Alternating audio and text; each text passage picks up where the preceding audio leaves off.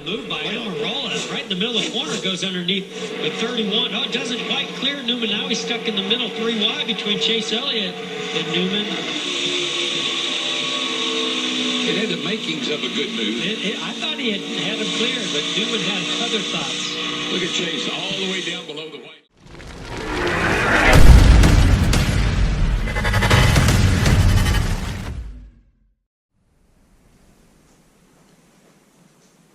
What's up, YouTube? How's it going? This is Bandit Dave. I don't know if you can see me.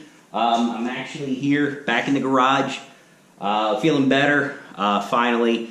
Had some pretty big scare earlier this week with some stomach issues that were not related to like any type of flu thing. So, just glad I finally got some good medicine to take care of. We got some stomach things going on, but I'm back. I actually feel like myself today. It's the first time in a very long time, but I'm going to do a lot of unboxing today. I have some things that I'm still doing on the Cutlass, but for right now, I have to order a few more parts for the brake line, so I'm not going to even bother putting them on. I got to weld some tabs on.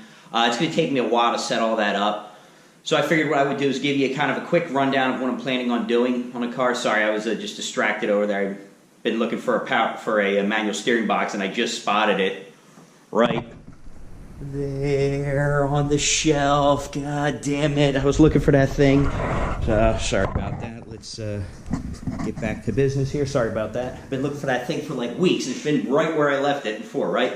But so I got a lot more stuff here. I'm going to do a couple different things. One for the SS. I got this in a few days ago from someone I had been talking to. Actually commented on, sorry if there was glare off my balding head there. But got something for the SS, and I didn't mention it earlier, but wanted to unbox it, and let's see here. Do I have to cut something? Nah, it's pretty good. Okay, so, and you know what? While I'm here, let me get you the information for the guy on my phone. Let's see if I can actually do it so I give him a proper introduction. But, pardon me, here's some of the slow spots here. I'm watching NASCAR, and, well, his name is Jeff Emad, and I'm sorry, Jeff, if I said that wrong. He's currently in the process of forming M20 Motorsports. He's a tinkerer like the rest of us, but actually enjoys making one-off parts and then doing small quantities. I was actually planning on doing that myself for a heat exchanger for the SS, and he happened to find me. It was either going with that or an inner chiller, and for this first step, I think what I want to do... Oh, well, damn it, I just revealed it. Well, there you go. Well, I might as well take the damn thing out of the box, but yeah. So, originally I was going to go with an inner chiller, but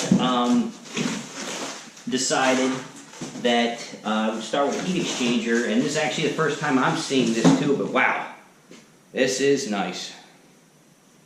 This is nice. So, a little heat exchanger for the LSA swap in a, I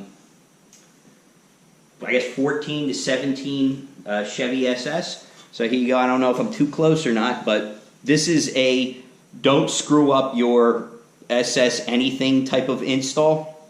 So there's a vent at the top, and then he gives an inlet and outlet on it. And what he also provides is pretty good instructions for me on how to install it. It's pretty intuitive, though, the way that if you look at the pictures that he shows. It's a really nice piece. You know, considering it's a one-off, you know, Jeff, you got a really nice part here. And he also has in here, take that out of the box. See if I can get it out of there. Ooh. All right, get that out of there. Shove that back in there thusly so I can put it back in there. But yes, I'm going LSA in the SS. Now this might take me a little longer to open.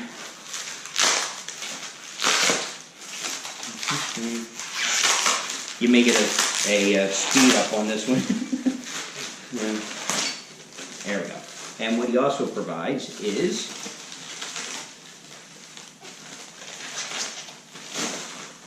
brackets and hardware for mounting your intercooler pump.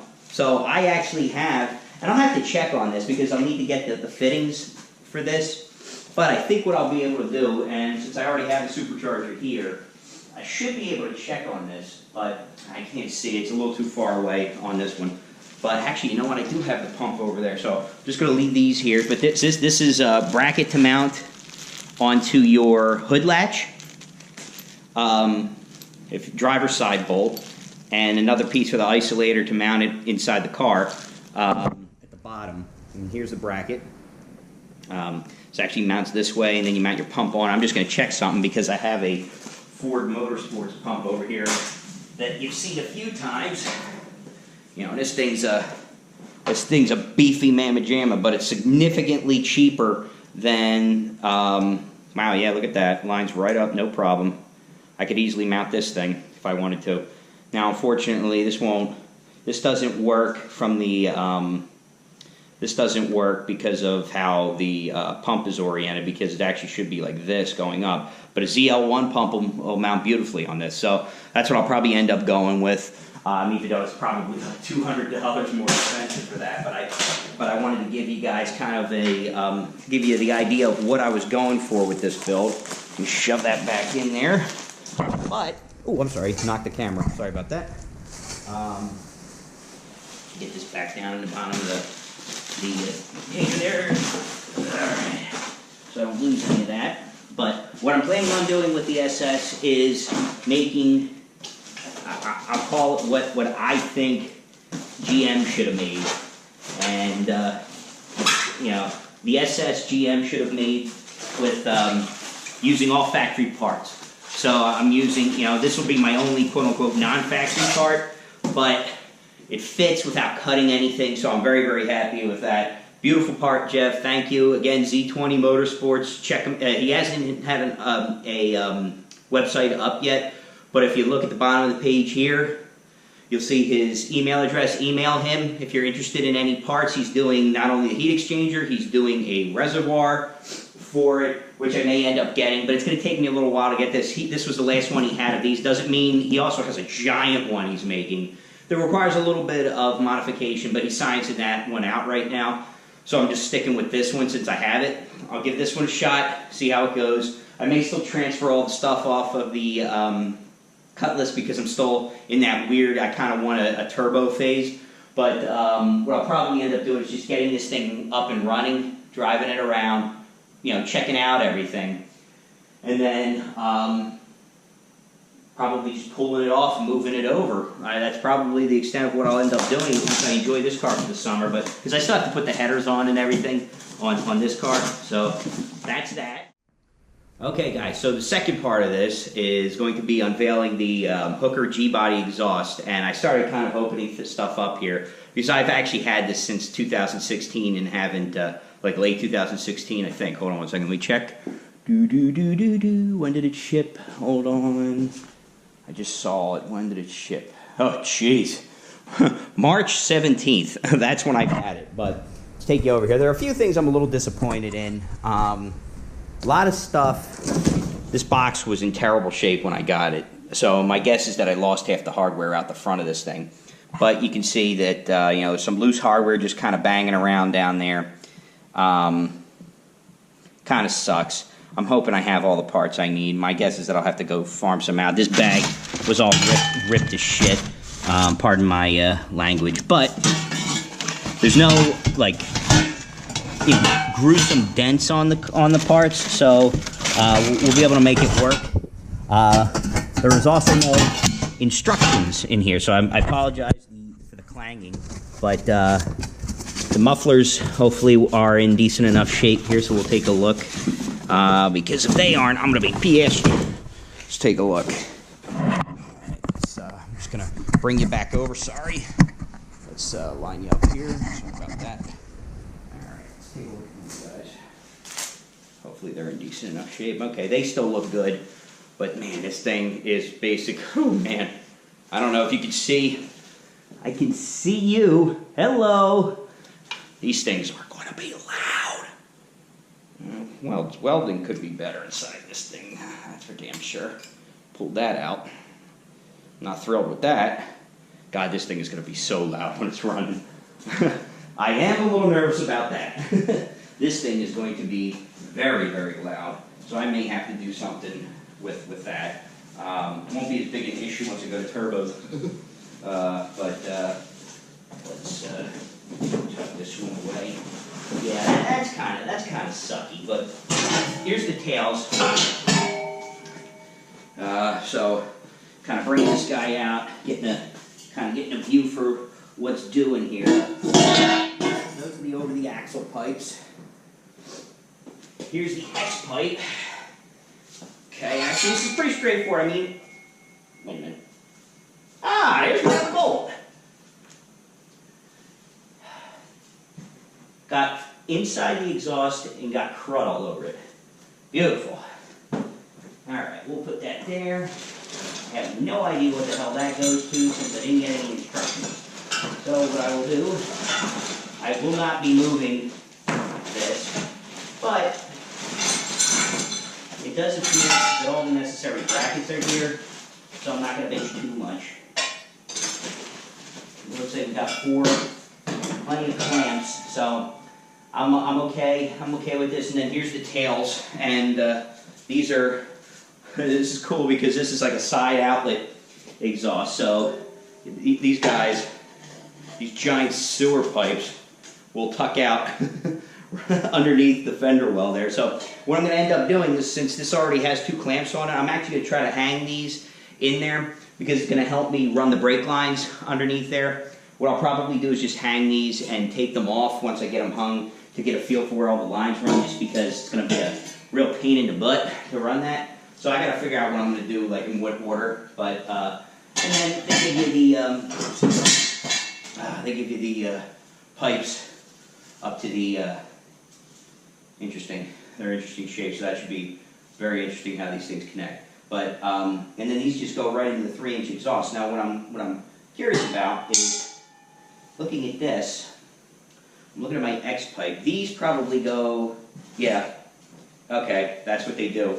They swing it way over like that to get up to the is that really what they do? That can't be right.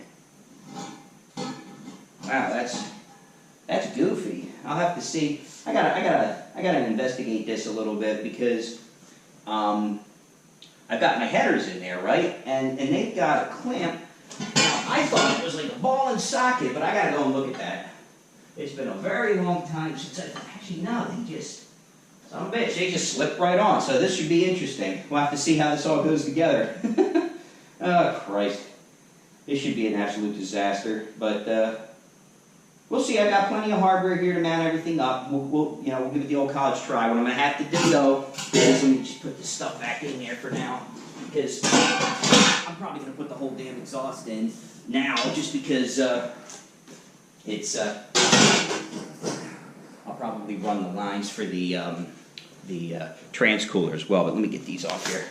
So, yeah, that's. I mean, I'm a huge promoter of the Holley stuff, the Hooker stuff. You know, this is Hooker. This isn't Holley, so I can't. You know, it's a division of it, but it is a different company within the larger corporation. So, but that's kind of all part of the family. I'm thrilled with the product. I'm not thrilled with how it was packaged. So we're going to have to figure out how to get everything mounted. I expect by how everything else mounted in the car with the brackets and everything, it'll go together very nicely, so I'm not worried about that. Exhausts in general are a giant pain in the butt to get mounted. But I think for this week, that's about all. Well, I'm sorry, not this week, but just for today, it's going to be a quickie. Because, oh, actually, let me take you over. Let me show you these guys over here. You can see some of the things. I gotta make some room over here. It's getting kind of nuts, but you can see the here's the Willwood proportioning valve. That's all done. I don't need to save that. Probably should, but I know it's a CO6. So, and then here's the master cylinder I'll be using. I don't want to lose anything out of there. But the Willwood master cylinder that I'll be mounting for my C5 brakes Z06 brakes. So, and then this bracket goes right there. Don't want to lose any of this stuff, but here's some of the hoses and everything that I still have to mount. And I've got the fittings here, and then I realized that, you know, so the compression crush sleeve and then the AN adapters here that I'm going to be using on the copper moly tubing. But and then here's like the crush washer and the adapters that I'll have to weld on. Like I said, this is going to take, like, some of these will bolt down to the frame up in the front.